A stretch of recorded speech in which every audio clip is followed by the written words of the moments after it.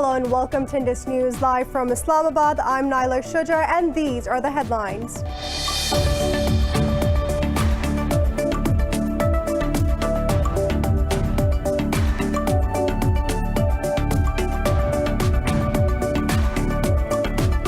Pakistan and Iran have agreed to take mutual steps for peace in Afghanistan. This comes as Iranian Foreign Minister Javad Zarif called on his Pakistani counterpart Shah Mahmood Qureshi in Islamabad. The two sides also shared concern over rising incidents of Islamophobia, especially in Europe and other Western countries.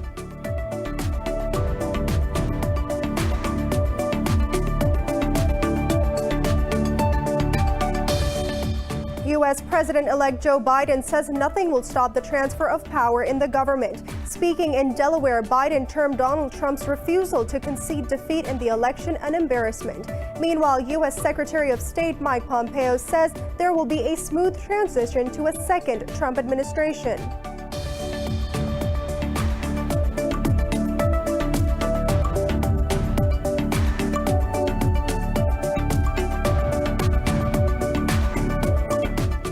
Bahrain's Prime Minister Sheikh Khalifa bin Salman Al Khalifa has died at the age of 84 in a U.S. hospital. Bahrain's state news agency says King Hamad bin Isa Al Khalifa has announced the official mourning for a week.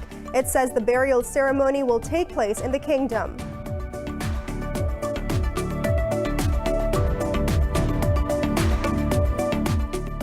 The United States has registered record daily COVID-19 infections of over 200,000 as the caseload tops 10.2 million with over 239,000 deaths. India reported 512 deaths and over 44,000 infections in a day as its caseload tops 8.6 million. Pakistan has recorded over 700 cases, 21 deaths, taking the country's toll to 7,021. The global coronavirus infections have topped 51 million with over 1.27 million deaths.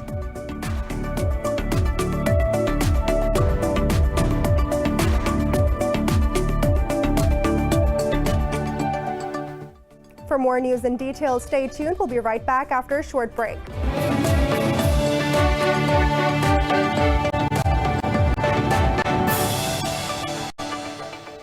Welcome back. Pakistan and Iran have agreed to take mutual steps for peace in Afghanistan. This comes as Iranian Foreign Minister Javad Zarif called on his Pakistani counterpart Shah Mahmood Qureshi in Islamabad.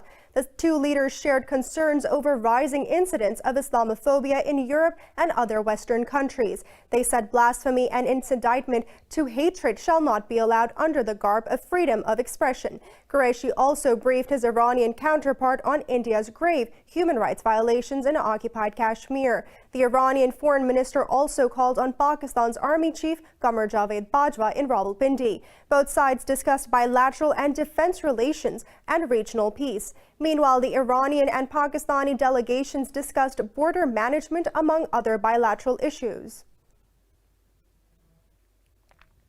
The UN General Assembly's first committee has adopted Pakistan's 3 draft resolutions with overwhelming support. First Secretary of the Pakistani mission, John Saib Khan, introduced the resolutions. Pakistan's United Nations mission says 2 resolutions are on regional disarmament and conventional arms control, while the third is on confidence-building measures in the regional and sub-regional context. The draft on conventional arms control was adopted by the strong support of 159 votes. Only India voted against it. The committee adopted the proposals on regional disarmament, confidence-building measures, and nuclear non-proliferation. United States President Donald Trump is doing everything he can to obstruct and delay the transition of President-elect Joe Biden to the White House, while Biden says nothing will stop the transfer of power in the government. With Donald Trump and his administration refusing to concede defeat in the November 3rd presidential election and President-elect Joe Biden pushing ahead with forming a new cabinet, the Trump to Biden power transition has the making of a rough road ahead. Speaking in Delaware, Biden termed Donald Trump's refusal to concede defeat in the election an embarrassment. We are already beginning the transition. We're well underway. And the ability for the administration in any way by failure to recognize this our win does not change the dynamic at all in what we're able to do. And nothing's going to stop that. And so I'm confident that the fact that they're not willing to acknowledge we won at this point is not of much consequence in our planning and what we're able to do between now and January 20th. Meanwhile, the Trump campaign is filing a lawsuit challenging the election results in Michigan. U.S. Secretary of State Mike Pompeo has dismissed the probability of a Biden presidency. There will be a smooth transition to a second Trump administration. All right, we're ready. The world is watching what's taking place here. We're going to count all the votes. When the process is complete, there'll be electors selected. There's a process. The Constitution lays it out pretty clearly. Pompeo is due to visit France, Turkey, Georgia, Israel, Qatar, Saudi Arabia, and the UAE from Friday. He said he was reminding everyone that all votes have not yet been counted. Democrats have secured control of the House of Representatives in the United States Congress with a razor-thin majority. The Democrats have so far won 218 seats in the 435-member chamber and hope to clinch a few more. But their majority in the lower house is expected to shrink as compared to the last term. Democrats went into Election Day with a 232 House advantage, plus an independent and 5 open seats. Heartened by the results, the Republicans are expected to position themselves for a strong run for majority in the 2022 elections. The United States has imposed Iran-related sanctions on 6 companies and 4 people. Washington has accused the network of supplying sensitive goods to an Iranian military firm. Treasury Secretary Steven Mnuchin said Tehran uses a global network of companies to advance its destabilizing military capabilities. In a statement, he said the United States will continue to take action against those supporting the regime's militarization efforts. Meanwhile, Iranian President Hassan Rouhani said United States election results show Americans opposing current wrong policies. China has warned Taiwan politicians about establishing diplomatic and military ties with the United States. Washington and Taipei recently announced economic talks, which Taiwan has considered a major milestone. China's Foreign Ministry spokesperson Wei Bin asked the United States to stop boosting relations with Taiwan. Wei Bin said Beijing opposed any official exchanges between Washington and Taipei. Earlier, China's Taiwan Affairs Office said Beijing will always adhere to the One China principle. It said Taiwan is China's internal matter and it will not tolerate external meddling. Taiwan has long sought a free trade agreement with the United States.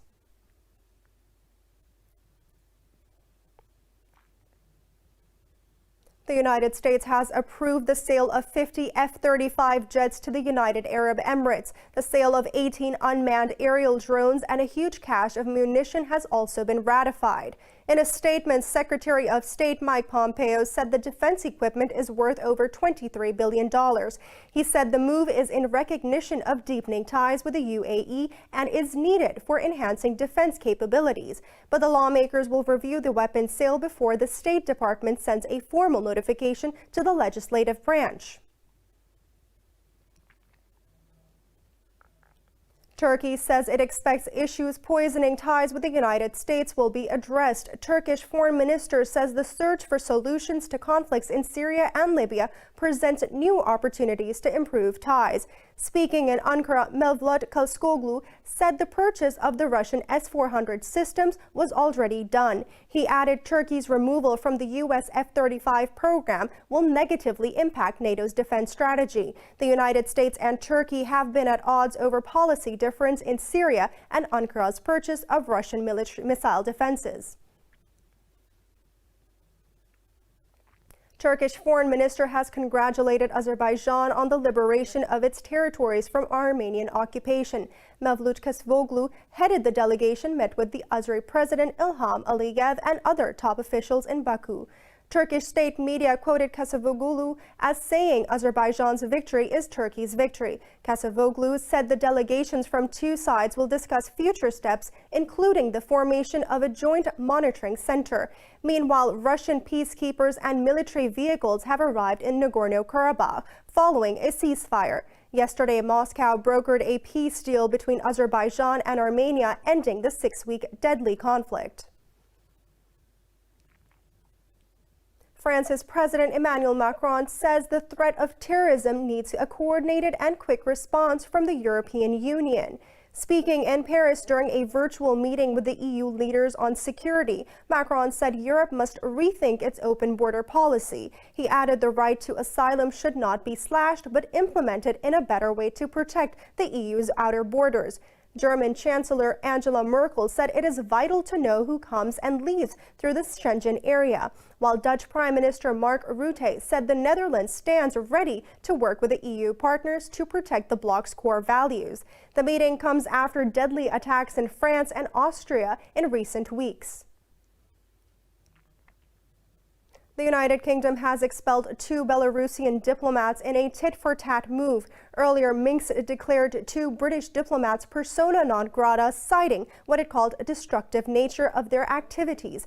In a statement, the British Foreign Secretary said London has sent a clear message to Belarus that unjustified expulsion has consequences. Dominic Raab said the United Kingdom will continue to hold the Belarusian authorities to account for the rigged election in August. He said London will not stop speaking about the despicable violence against the Belarusian people. Ethiopia says its military have killed 550 extremists in the northern Tigray region. State media said another 29 members of Tigray's special forces and militia have surrendered in the restive northern area. It also said Ethiopia has arrested 17 of its military officers for disrupting communication systems. The state media added officers exposed the federal forces in Tigray.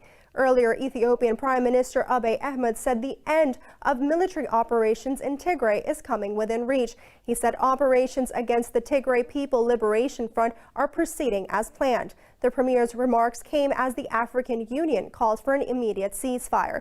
Thousands of Ethiopians have already fled the violence into neighboring Sudan.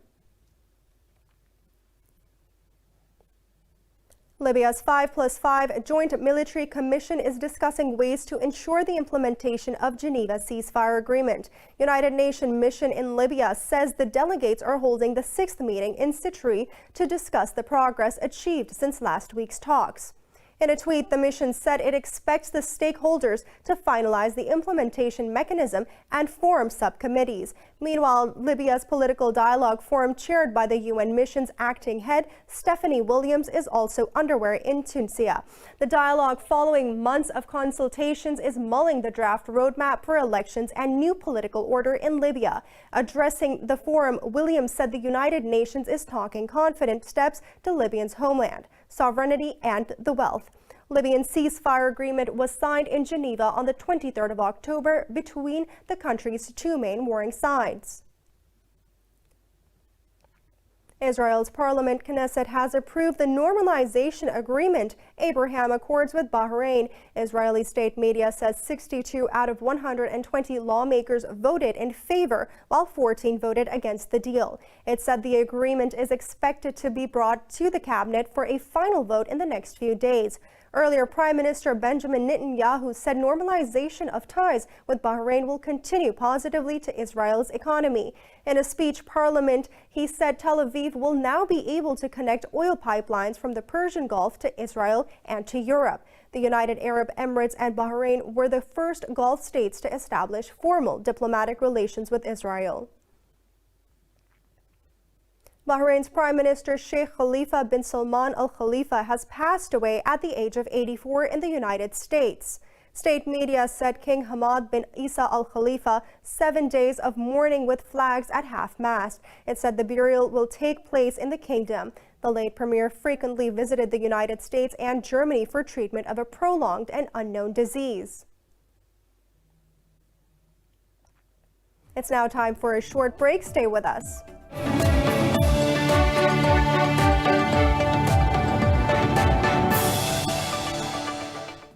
Welcome back. The United States has registered record daily COVID-19 infections of over 200,000 as the caseload tops 10.2 million, with over 239,000 deaths. Meanwhile, India reports 512 deaths and over 44,000 infections in a day as the caseload tops 8.6 million. The global coronavirus infections have crossed 51 million, with over 1.27 million deaths.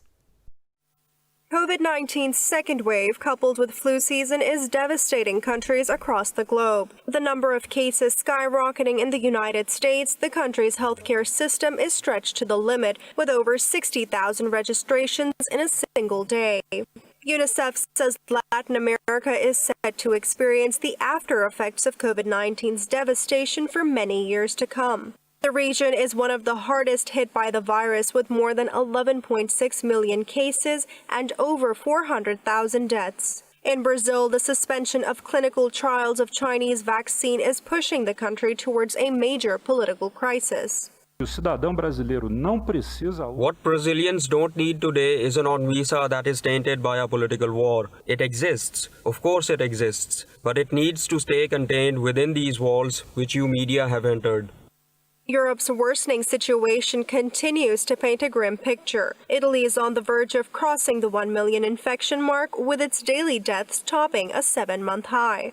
With the discrepancies surrounding the vaccine in Europe have soared after Pfizer's breakthrough announcement. The continent and the world at large desperately awaits mass distribution of a vaccine, but the experts believe that the distribution of this magnitude is highly unlikely. And I think the point here is that given the volume and velocity of vaccine distribution, regardless of whether it's 2 to 8 degrees C or at minus 80, no vaccine cold chain is ready or capable of meeting this volume of demand.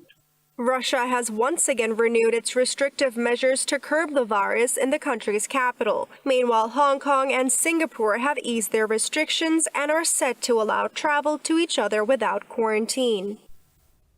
In Pakistan, 21 people have lost their lives to COVID-19 over the past 24 hours, raising the total death to 7,021. The health ministry says 1,708 tested positive for the disease overnight. The ministry said there are over 21,000 active COVID-19 cases in the country. It added over 1,000 remain critical. The ministry said of over 348,000 countrywide cases, more than 320,000 have recovered so far. It said over 151,000 cases have been detected in the province of Sindh, while the Punjab has reported over 107,000 cases. 2 people have been killed after an Afghan Air Force helicopter crashed in the eastern Nangarhar province. The Defense Ministry says the victims include a flight crew and a policeman. The ministry added 2 others were wounded in the crash caused by technical issues. Meanwhile, 4 Afghan security forces personnel have been killed in 2 separate attacks in Kabul. Police say 2 of its servicemen died in a blast, while 2 army personnel were killed in another attack by unknown gunmen. No group has claimed responsibility for the attacks yet. In Peru, violent clashes between police and protesters have erupted in the capital city of Lima. People took to the streets after the impeachment of former President Martin Vizcarra. Authorities detained several protesters as tear gas whirled through the streets of Lima. A Peruvian congressman received a surprise punch in the face during an interview on live television. Ricardo Burga voted in favor of the impeachment motion. Head of Congress Manuel Merino will serve as the interim president until July. Talking to reporters after his impeachment, Vizcarra said he feared uncertainty but will not challenge the decision. Bolivia's former president Evo Morales has received a hero's welcome upon his return to his hometown of Orinco. Morales got a farewell ceremony in Argentina before crossing back to the border in his country after a year in exile. People greeted him with traditional music and welcome ceremony. Morales even paid a visit to his home where he spent much of his youth. He has a strong following in the coca-growing region of Cochabamba Department. A coca farmer said the whole region is happy to receive their friend again. Morales led Bolivia for almost 14 years as the first indigenous president. In Australia, police have apprehended 14 people, including a former childcare worker, over child abuse charges. They are accused of producing and sharing pornographic material online across Australia and beyond. Australian authorities say the investigation was carried out in collaboration with the U.S. Homeland Security Department. The federal police says 46 victims, including 16 from the same child care center, were identified. The suspects had links to alleged offenders found in online forums in Europe, Asia, the United States, Canada, and New Zealand. This comes weeks after authorities charged 44 men over child abuse material. In Denmark, the mass culling of mink continues as the government legislates to back the cull. It is aimed at preventing human contagion from a mutated coronavirus strain. Authorities last week embarked on a plan to eliminate Denmark's entire population of 17 million mink. They say that the new strand of the virus present in the animals could move to humans and evade future COVID-19 vaccines. However, the minority Social Democrat government has since drawn fierce criticism from the fur industry and lawmakers. They say the order was illegal and question the science behind the decision. Meanwhile, more than 15,000 mink in the United States have died of the coronavirus since August. Authorities are keeping about a dozen farms under quarantine while they investigate the cases. In another development, British Health Minister Matt Hancock suggested the international community should rethink mink farming. Hancock earlier warned of grave consequences if the variant became widespread. Britain has introduced a quarantine policy for arrivals from Denmark. A remote Canadian town is working on a plan to prevent the conflicts between hungry bears and humans. Officials have programmed a radar system to spot approaching polar bears. Along the frosty coast of Hudson Bay, hundreds of polar bears have been found wandering for weeks. The bears wait for the wintertime sea ice to form so they can return to hunting ringed seals. They are a threat to the 900 people living in the nearby town of Churchill. As a rule, townsfolk leave their car doors and homes unlocked in case someone needs to take shelter. So as the Arctic has continued to warm and sea ice melt, we're seeing more bears on shore in more places and for longer time periods. At the same time, the new open ocean is allowing more people to come into the Arctic. And so we're setting up this perfect scenario for increased human-bear interaction and increased human-bear conflict. We're trying to get ahead of that by developing new technology and tools, and also to make sure people who live, work, and play in the Arctic have existing deterrent tools to keep themselves safe and to keep polar bears safe. Churchill is employing a new radar system that can watch and warn when a bear approaches. It is capable of functioning in a snowstorm or even during the dead of the night. So we've been lucky in one respect at PBI in that some of our research is based on technology and has been able to continue even during pandemic travel restrictions. One of those is our Spotter RF compact surveillance radar project.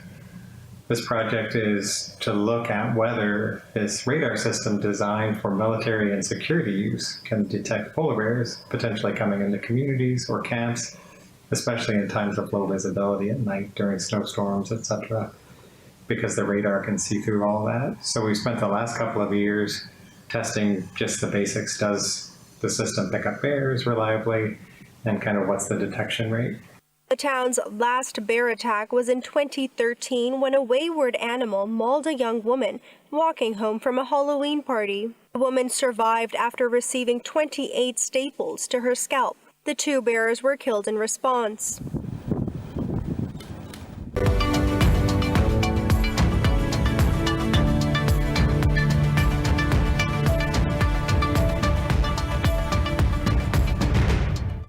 China's video sharing app TikTok says it has filed a petition against U.S. President Donald Trump's ban order. Trump, in an August 14th order, directed the app's owner, ByteDance, to divest TikTok within 90 days. The company said the order has been challenged in a U.S. appeals court as it faces the imminent Thursday deadline. In a statement, TikTok stated it requested the 30-day extension in ban opposition, which was ignored. The company added without an extension in hand, it had no choice but to file the petition in court to defend our rights.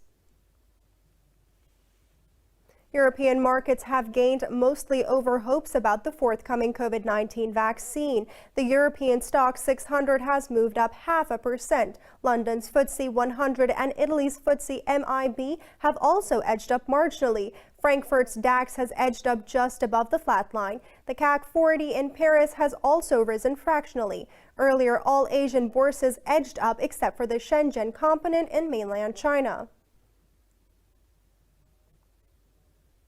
For the latest news updates, you can follow us on our social media at Indus.News.